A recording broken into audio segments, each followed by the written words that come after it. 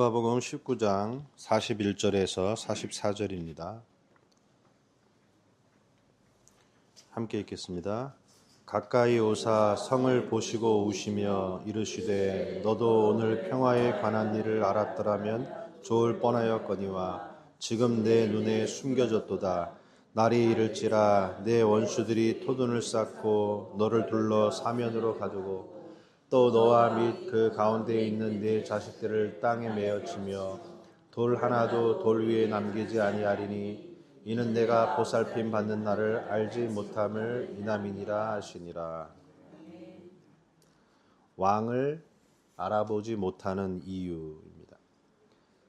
예수님이 왕으로 예루살렘에 입성을 하시는 장면, 여호와께서 감람산에 서게 되는 날 심판이 임할 것이다. 그 스가랴 14장의 장면을 그대로 가지고 오셔서 감람원으로부터 내려가서 한쪽에는 벳바게, 한쪽에는 베다니, 거기 그 사이에 누가 있는 거예요? 예수님이 있는 거예요. 이스라엘 백성이 한쪽에는 그리심산, 한쪽에는 에발산. 선택하라. 주 여호와의 말씀에 순종하면 풍성한 열매 맺는 그리심산까지 될 것이고, 말씀을 거부하면 에발산 같은 황량한 메마른 인생이 될 것이다. 벳바게가 첫 번째 열매예요. 무화과 나무의 첫 번째 열매가 파게. 이스라엘의 첫 번째 열매가 뭔가요? 이스라엘이죠.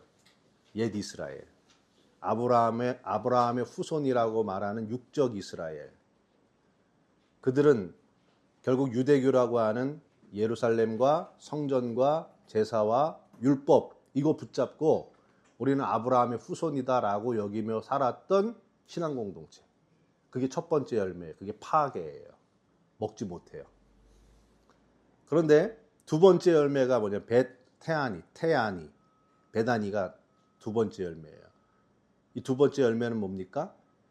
육으로 이루어진 아브라함의 후손이 아니라 영적인 아브라함의 후손, 참된 하나님의 언약을 계승한 그 계승이 결국 예수 그리스도로 완성이 되고 예수 그리스도를 통해서 이루어질 두 번째 열매, 그게 태아나, 그게 베단이라고요. 그 사이에 있는 거예요. 그러니까 왕이 입성을 할 때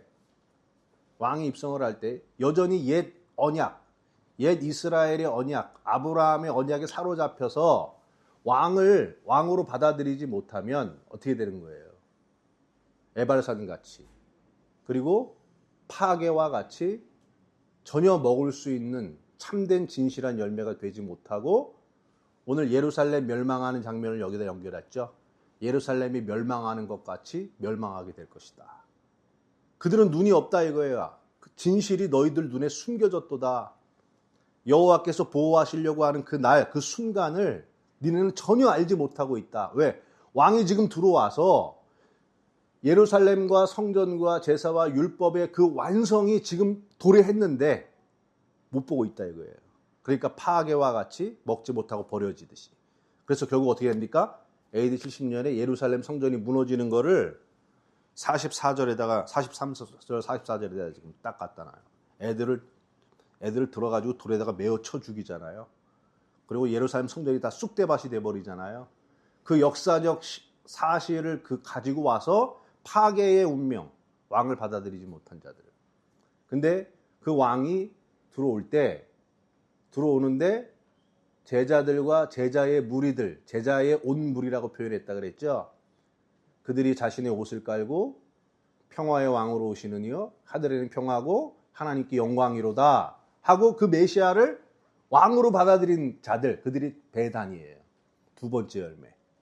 성령으로 예수 그리스도의 십자가와 부활을 받아들인 성령에 의하여서 세워진, 제자들에 의하여서 계승되고 전수된 교회 공동체, 복음 공동체, 그들이 베단이. 그들은 평화의 왕을 맞이할 것이고 평화를 누리게 될 것인데, 그 왕을 받아들이지 못했던 옛 언약에 붙잡힌 이스라엘은 그 평화를 보지 못할 것이다. 평화의 왕으로 오신 평화를 보지 못할 것이다. 이제 그런 이야기를 이렇게 하고 있어요. 이 메시지는 우리에게 중요해요. 어떻게 하느냐? 예수가 우리에게 왕으로 오시는데 평화의 왕으로 오셨단 말이에요. 그 왕으로 오신 예수를 왕으로 받아들이는 인생은 평화를 얻을 것이고, 받아들이지 못하는 인생은 평화를 하나님이 주시려고 해도 그들의 눈이 어두워져서 예루살렘의 성의 멸망과 같이 함께 멸망받는 인생이 될 수밖에 없다. 하나님이 멸망을 때리는 게 아니에요. 여기 보면 이렇게 네가 보살핌 받는 날을 알지 못함을 인함이니라. 하나님이 보살펴 주시고 평화를 주시려고 했는데 그걸 받아들이지 못하니까 결국에는 예루살렘 성전이 무너지는 것 같은 무너지는 인생으로 끝나고 말 것이다. 이런 얘기들을 하고 있어요. 그러면 잘 생각해 보세요. 누구는 왕으로 오시는데 제자들의 무리들은 그분이 왕이구나를 받아들이고 알았단 말이에요. 근데 예루살렘 도성은 똑같은 거를 보고 알아보지 못했어요.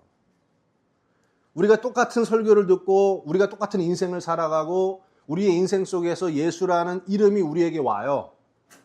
오는데 어떤 사람은 그게 왕으로 다가와지는데 어떤 사람들은 왕으로 오지 않는다 이거예요. 그냥 뭐 예수? 난 관심 없어. 받아들이지 않는다 이거예요. 그 두 갈래란 말이에요. 지금 여기가. 왜 못 받아들일까요? 예루살렘 도성은요. 그들이 생각한 메시아가 있었어요. 뭐냐면 다윗과 같은 메시아. 다윗과 같이 고대 팔레스타인 근동을 다 장악하고 정치적인 힘으로 독립적으로 우뚝 서는 그런 메시아. 그래서 다윗의 후손은 정치적 메시아가 될 것이다. 우리를 로마에서 해방시켜줄 메시아. 그 메시아는 어떤 모습으로 와야 돼요?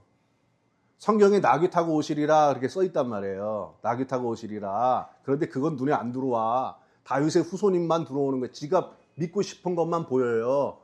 그러니까 나귀 타고 오시는데, 성경대로 오시는데 이들 생각에는 개선장군처럼 군대를 이끌고 말 타고 와야지, 말 타고. 근데 그거를 나귀 타고 오는 모습을 제자들의 무리들은 봐요. 저분이 왕이라는 거를. 이 나중에 뭐 십자가에 못 박으시 이렇게 연결하는 거 아니에요. 그 얘기를 하려고 그러는 게 아니에요. 그들은 봐요. 그런데 예루살렘은 보지 못한다 이거예요. 왜? 그들이 생각하고 있는 믿고 싶은 게 있다 이거예요. 여러분 보고 싶은 본 대로 믿으세요. 믿고 싶은 대로 보이세요. 한번 이런 거 생각해 보세요. 여러분 보는 대로 믿으세요. 믿고 싶은 대로 보세요. 잘 생각해 봐요. 내 인생을 지금 내가 보는 대로 내가 믿고 사는지 아니면 내가 믿고 싶은 대로 보여지는지 이거 굉장히 중요한 거예요. 그러니까 왜 예루살렘은 왕으로 오시는 예수를 왕으로 못 보느냐? 자기가 믿고 있는 대로 보이는 거예요. 예시아는 이래야 되는 거야. 이래야 돼. 그리고 우리는 제사장과 성전과 율법과 예루살렘 성전은 아주 우리는 하나님의 선택받은 선민이야. 이 방식의 모습을 완성되는 위대한 왕으로 와야지. 그런데 그걸로 보이니까 예수님이 나귀 타고 오고 이러고 오고 십자가 얘기하고 이러니까 안 보이는 거예요. 안 보이는 거예요. 그러니까 그들이 믿었던 성전과 제사와 율법이 다 어떻게 됐어요? 다 박살났다 이거예요. 예루살렘 성전의 멸망과 함께. 제가 예전에 그 김종훈 교수님이 TV에 나오셔갖고 막 강의하는데 저 깜짝 놀란 거를 한번 봤어요. 여러분 아마 보신 분이 있을지 모르는데 그분이 이렇게 강의하시다가 한번 이렇게 비디오를 이렇게 딱 보면서 보래요. 그러면서 뭐라 그러냐면 여기서 농구공을 몇 개 패스하는지를 세보래요. 그래가지고 재밌다. 막 사람들이 한 10명인가 몇 명 나와갖고 막 서로 움직이면서 농구공을 막 패스하는 거야. 그래서 또 저것도 정확히 맞춰야 되잖아 또. 그래가지고 하나, 둘, 셋, 넷, 딱 해가지고 막 열 몇 번을 왔다 갔다 하더라고요. 그래서 열 몇 번 딱 하고. 여러분, 이게 농구공 몇 번 패스했는지 보이셨어요? 그러니까. 예, 서로 이제 열 몇 번 딱 이게. 근데 열 몇 번이 중요한 게 아니라 그거 농구공 패스할 때 고릴라 복장을 한 인간이 하나 들어와가지고 거기서 춤추고 막 박수치고 이러고 나가는 거 본 사람 손 들어보래요. 저 못 봤어요. 저 그거 보고 깜짝 놀랐어요. 저 진짜 못 봤거든요. 그리고 거기에 대부분 사람들이 못 봤어요. 근데 잘 보라고. 이제는 고릴라 있는 사람 복장이 왔다 가는지를 보라고. 근데 막 농구공을 패스하는 그 사이에 진짜 고릴라 복장하는 인간이 와가지고 고릴라 춤을 추고 한번 빙그르르 돌고 그러고 나가는데 그걸 못 본 거예요. 그러니까 마음이 어디로 가 있어요, 지금? 농구공 세는 데가 있잖아요. 농구공 세는 거. 거기에 세는 거 가 있으니까 고릴라가 거기서 뭐 옷을 벗고 뭐 뭔 짓을 해도 그건 안 보이는 거예요. 내가 내 마음속에 뭔가를 꽂히잖아요. 그러면요, 아무것도 안 보여요. 아무것도 안 보여요. 여러분, 똑같은 뉴스를 보는데 다 뭐 MBC, KBS, SBS 뭐 다 똑같은 뉴스를 보면서 어떤 사람들은 아이고 잘한다 그런 사람들이 있죠.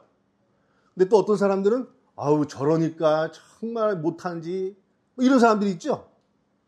똑같은 거를 보는데 왜 다르게 얘기할까요? 똑같은 거를 봤는데 왜 해석이 다를까요? 보는 것대로 믿는 게 아니라 믿고 싶은 대로 보여지기 때문에 그래요.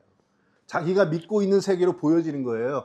우리가 지금 사는 세계는요, 예수를 왕으로 받아들이기 더 어려워진 시대입니다. 왜냐하면 알고리즘 때문에 그래요. 여러분 유튜브 알고리즘이나 컴퓨터 알고리즘이 우리를 확증 편향으로 이렇게 세뇌시키려고 그러는 게 아니에요. 걔네들이 그냥 우리가 어디에 반응하나, 그 다음에 뭘 더 오래 보냐, 그 다음에 어디에 이렇게 뭐 얼마나 오랫동안 이런 거 이제 계산해가지고 다 데이터에 넣잖아요. 그래서 얘가 반응하고 오래 보고 요런 영상들 자꾸 보여주죠. 자꾸 뜨죠. 그러니까 유튜브 보면은 뭐가 뜬 걸 보면 그 사람이 어떤 걸 좋아하는지가 나온단 말이에요. 그러면 이제 그거 계속 보잖아요. 그러면서 내가 보고 싶은 세계가 자꾸 강화가 돼. 강해지면서 뭐가 커집니까? 확증 편향이 생기는 거예요.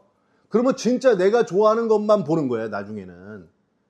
그러다 보면 어떻게 됩니까? 내가 사는 세상이 내가 만들어 놓은 세상이 되는 거예요. 내 속에 확증 편향, 완전히 굳어져 버린 사고, 이것만 가지고 세상을 보여지게 되니 어떻습니까, 여러분?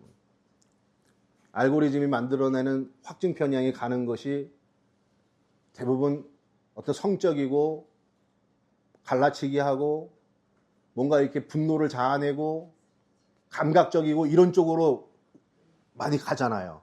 그러니까 현대인들은 그쪽으로 가는 거예요. 그쪽으로 확증 편향되어 가면서 자기의 눈이 어두워져 간다 이거예요. 여러분, 내 마음속에 내가 보려고 하고 선택하기로 하고 가려고 하는 내 생각이 꽉 차 있다면은 예수님이 거기에 우리 앞에 눈앞으로 걸어오셔도 우린 그 왕을 보지 못한다 이거예요. 그 왕을 보지 못한다. 그래서 성경은 누구에게 복이 있다 그러냐? 어린아이에게 복이 있다 그래요. 어린아이와 같은 자가 천국에 갈 것이다. 왜? 그들은 자기 확신이 없어요. 자기 눈이 없어요. 심령이 가난한 자가 복이 있대요. 애통하는 자가 복이 있대요. 왜? 내가 가지고 살았던 확신의 세계가 흔들린 사람들, 금이 간 사람들, 깨진 사람들, 그 사람들은 자기의 기준이 없어졌어요. 사실 그대로의 그리스도가 왕으로 내게 오시는 것이 보여지는 사람들이에요. 그 사람들이 복이 있다는 거예요. 여러분, 우리가 인생 살아가면서 우리가 마음속에 가지고 있는 확신과 내 시각과 눈의 세계가 흔들립니까? 아니면 굳세어집니까? 아주 나이를 먹을수록 이렇게 견고해져 가요? 아니면 금이 가기 시작해요? 제가 볼 때는 한 20대 때는 정말 돌덩이 같이 아주 딱딱해졌다가 30대, 40대쯤 가면은 아주 딱딱하면서 성숙해지기까지 해요. 아주 딱딱한데 굉장히 성숙하고 한 50대 가면 이제 자기가 만들어 놓은 세계에 아주 전문가가 돼버려요. 그래서 절대 저기는 틈도 없어. 근데 이제 그러다가 자꾸 세월의 공격을 받고 나이의 공격을 받고 인생의 공격을 받으면서 점점 금이 가기 시작하잖아요. 60대, 70대 늙어가고 병들어가고 내가 세상과 타협하지 못했던 세계가 내가 잘못된 세계인 것을 보게 되고 그러면서 뭔가가 금이 가기 시작한다 이거예요. 뭔가가. 그렇게 금이 가게 하는 것이 바로 우리 인생 속에 하나님이 우리를 찾아오시는 방문입니다. 그 방문의 때를 알지 못하였도다. 그 방문의 때에 나라는 존재가 영원한 존재가 아니구나. 내 생애의 날도 끝이 있구나. 내가 확신하고 믿었던 세계가 나를 구원할 수 없구나. 나는 하나의 피조의 존재에 지나지 않고 이슬처럼 사라질 수밖에 없는 존재인데 여전히 내 안에는 영원해지고 싶은 갈망이 있다면 그게 하나님 부르시는 거예요. 그러면 이 나의 영혼의 갈망을 채워줄 메시아는 누구일까? 내가 아닌데, 역사도 아니고 종교도 아니고 철학도 아니고 경제도 아닌데 그분은 누구일까? 라고 묻는 물음이 시작될 때 내 삶 속에 매일 방문하고 계셨던 그리스도가 왕으로 보이게 된다는 거예요. 네. 여러분 그 왕을 보셔야 돼요. 인생의 날에. 그 사람들은 여기 에이렌의 평화를 얻을 것이다. 영원한 평화. 영원한 평화를 얻으시기 바랍니다. 하나님, 우리의 인생이 정말로 견고하고 내가 만들어 놓은 세계가 굳건하고 그렇게 가져가 봐야 100년도 못 사는 우리의 인생임을 보게 됩니다. 우리의 눈을 더욱더 높은 곳으로 끌어올려서 내 인생을 통째로 보는 시각을 가지게 하여 주셔서 나는 하나의 피조 세계에 지나지 않고 영원하지 않으며 내 안에 영원한 것도 없고 의로운 것도 없는 누군가를 의지할 수밖에 없어 누군가를 의지해야만 평화를 얻을 수 있는 존재임을 갈망하는 자들이 되게 하셔서 매일매일 우리에게 방문하시는 왕이신 그리스도를 보게 하여 주옵소서. 예수님의 이름으로 기도했습니다. 아멘.